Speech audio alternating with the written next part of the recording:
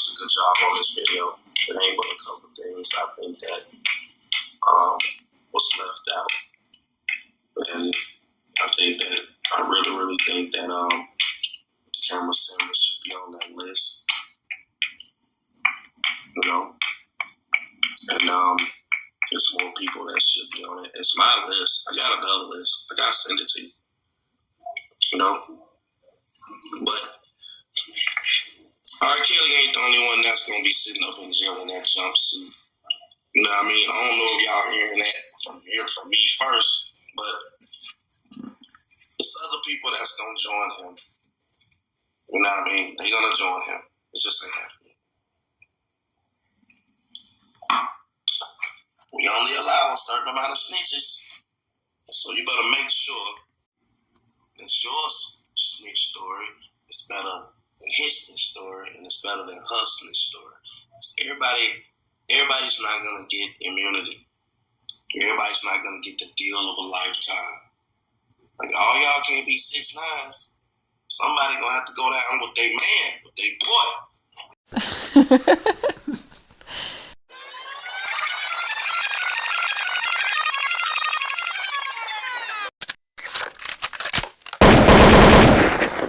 Hello and welcome to my channel. Go ahead, hit the like, hit the share, subscribe if you haven't already.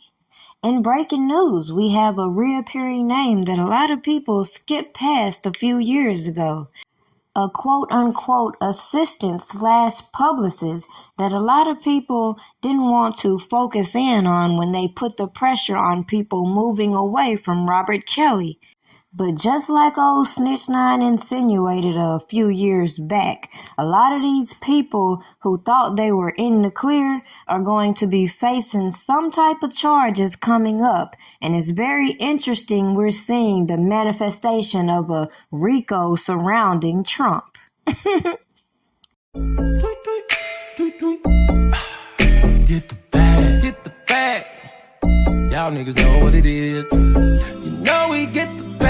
The bag. The bag.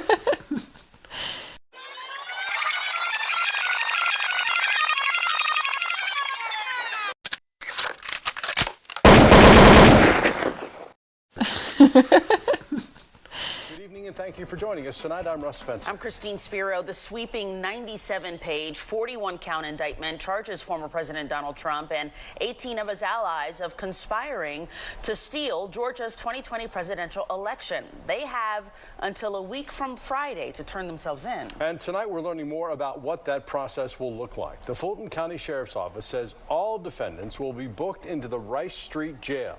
Sheriff Pat Labatt has previously said those defendants will be treated like any other detainee and have a mugshot. Now, unlike last time, it appears that Trump gonna be getting a mugshot.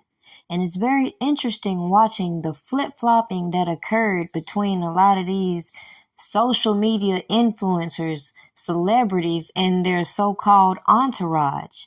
But it's again funny how people skip past the savages brought a person to our attention who we don't even know was R. Kelly's real publicist, considering if you look around, it don't look like she did too much of shit for Robert Kelly compared to her work with other so-called celebrities. Yet if you also take a look around, you can see how most RICOs are typically set up compared to how people manufactured their case against Robert Kelly, just for these same janky-ass characters to come back to light. News First, Tori Cooper joining us live from outside the Fulton County Courthouse in downtown Atlanta to break down the key players and their role, Tori, in this alleged scheme to overturn the 2020 presidential election results in Georgia. Well, Rick, the Georgia residents listed in this indictment are either accused of being a fake Georgia elector or they're accused of being a part of the alleged voting machine breach that allegedly took place in Coffee County. In the latest Fulton County indictment, we know at least 3 people from Georgia are accused of being fake electors in an alleged scheme to overturn the results of the 2020 election. The defendants engaged in a criminal racketeering enterprise to overturn Georgia's presidential election result. One of the prominent names in the indictment is former Georgia Senator and Georgia GOP Chairman David Schaefer. The indictment claims Schaefer posed as a fake elector and led the charge in drumming up support from 15 other Georgia Republicans, including Sean Still and Kathy Latham, to allegedly pose as duly elected and qualified electors for the state of Georgia. I noticed that they were meeting in a room, and I went in with a camera going. The indictment claims they all met in secrecy in the Georgia State Capitol on December 14th, 2020, and allegedly signed certificates declaring that then-President Donald Trump won the 2020 election, even though Joe Biden had actually won. We have no doubt that when the count is finished, Senator Harris and I will be declared the winners. In Coffee County, they're just really reaching and just trying to find stuff right now. 3 Georgians named as well. County elections workers Misty Hampton, Scott Hall, and alleged fake elector Kathy Latham. The indictment claims the 3 allegedly hacked into voting machines to steal election data. Now, I'm no genius, but when you have people like Quincy Jones from the music world coming out talking about everybody knew this and that about Robert Kelly, and all of these people associated with him, such as a Cheryl Mack and this Cuddy lady, it should be common sense that a lot of people don't just become an informant or go down to snitch for no apparent reason unless they get caught up in their own bullshit. So it should be a no-brainer when some people get a slap on the wrist and all this focus was put on Robert Kelly just to come right back around and expose the corruption within. Now, granted, a lot of people don't recognize the influence these celebrities have, or more so when janky-ass people slide next to them in order to build their career.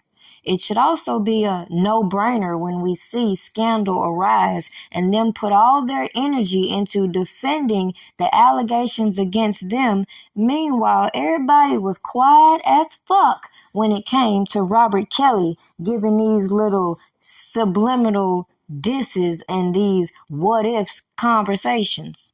Yet you can bet your last dollar you won't see a lot of these super fans doing the most when it comes to these allegations surrounding Trump and any other RICO investigation, as we saw allowed in Robert Kelly's case, which in my opinion affected the outcome of his case, while all of his so-called former associates were allowed to continue to live their best lives.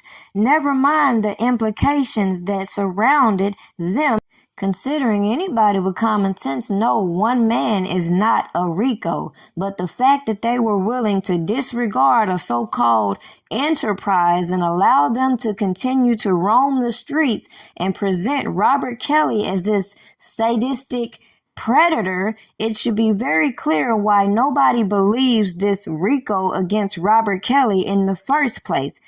Now, sitting here talking about what you think he did and what you thought about this will not change the fact that I laid the blueprint for how individuals were abusing RICO laws when they can't get the certain evidence they require to get other charges.